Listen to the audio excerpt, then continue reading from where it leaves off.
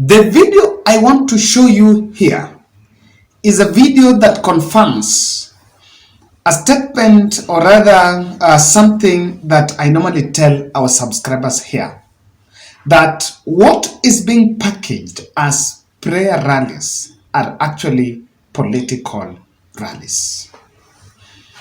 I guess you can look at it differently. Look at this video of school buses that ferried people to attend the rally in Nakuru. Ndio hizo wamebeba watu kutoka hii ni karoti sijui wapi. Basi zimejificha kila mahali. Huyu jamaa amechapa. Uongo zimefika mwisho. Maombi haina amen. Hii ya Sunguti. Kimanjo. Hizo. Angalia ndio hizo mabasi. Oneni huko, maombi hakuna amen. Jamaa amefika mwisho.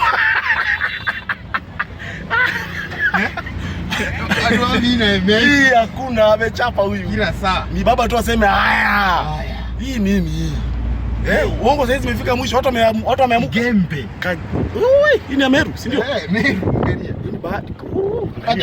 Twende angalia zunguka hivi. Angalia. Haya sasa angalia. Kuna mali kunaitwa Kanyama. Nichukulie hivi. Oneni. Olumurani huko kama unaenda nini? Angalia Eldoret. Ndio hiyo Eldoret. Maombi hakuna email. Hakuna. Kila saa. Hakuna. Upeleke maombi Baragoi. Baaze. Na watu wanahangaika kutukana majaa nini? Peleka huko. Ati maombi. Hizi maombi zenye zina amen bwana. Kuisha hii. Kuisha wana. Kuisha. Ili kusema tu Nakuru au kwenda awashughulike na kitu. Angalia. Hata inanishinda kuchukua. Hizo ni basi dabodabu. Dabodabu hizo. Huko nyuma. Angalieni huko. Angalieni huko mabasi huko. Kuna mali kunaitwa Poroko. Kipichelangat. Woi. Alafu sasa kwa TV tunaonyesha vile watu wamejaa kwa tent huko. Na ni watu wa kubebwa. Ni baba akiitisha mkutano hakuna ati watu wanabebwa. Ni watu wajiletanga kivyake. Ndio hapo unajua ndio imetembea. Si unajua? Nasikia unalipo 1500. Kukuja tu mkutano? Yako maombi yenyewe na amen. Haina amen. Hii ni bure kabisa. Chaikae. Supeleke maombi Baragoi. Bwana kwenye kuna shida. Tukichezea karata Bakareni. Utakuwekea wapi ndugu yangu? No, let me tell you. William Ruto is in panic. And he has decided that he will not sit and look at how things are rolling out.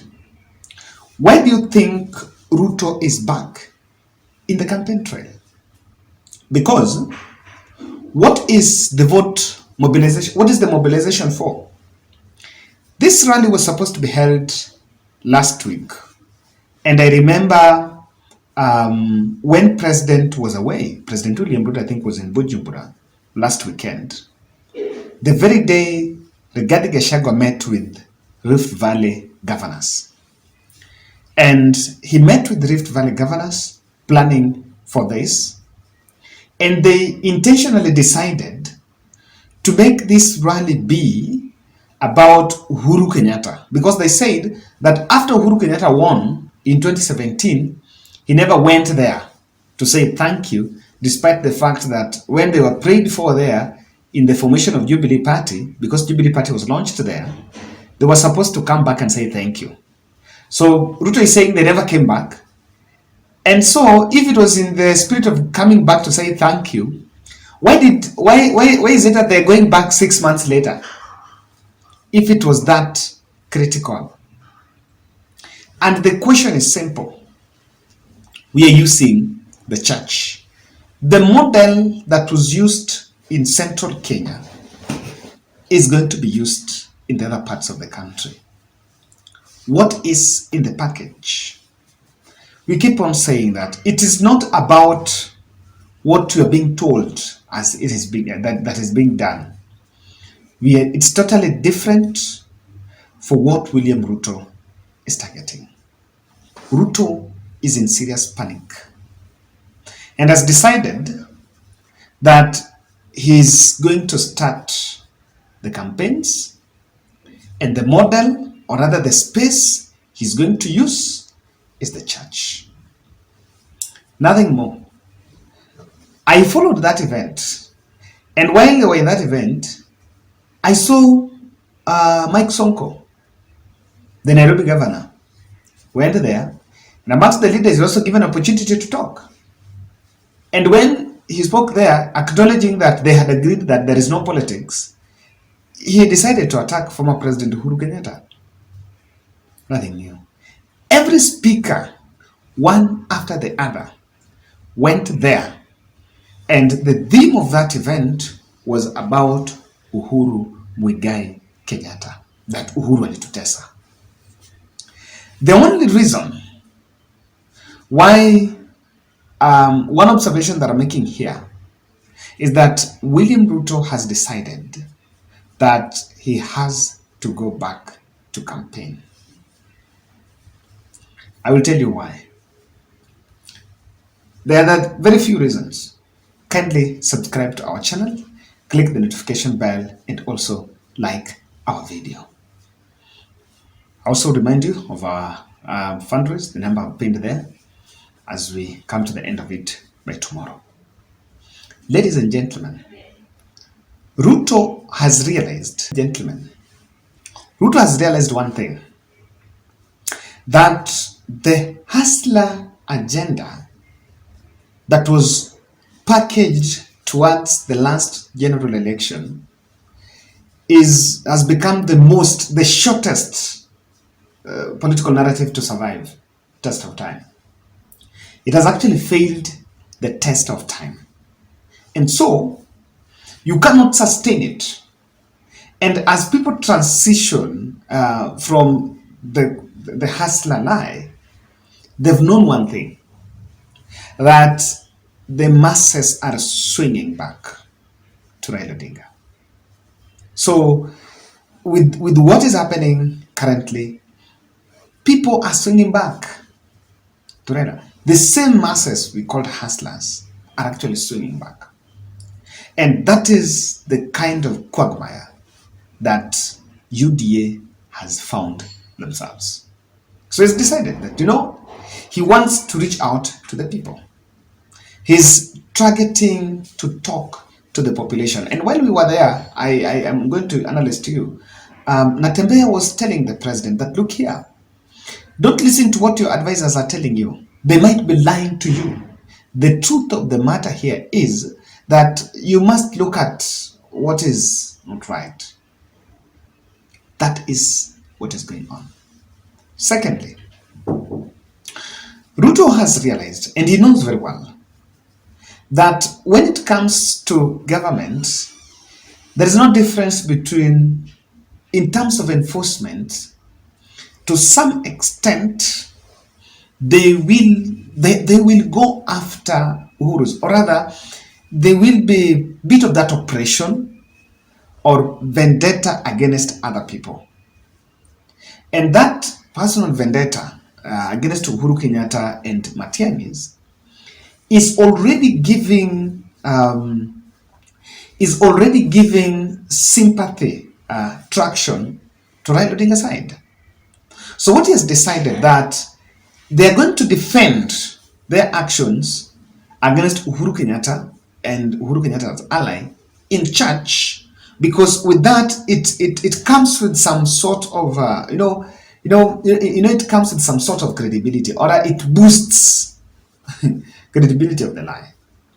For example, you can attack someone today and have a personal vendetta against someone, but the next day you're in church. It's so hallelujah, Hosanna, everything is fine.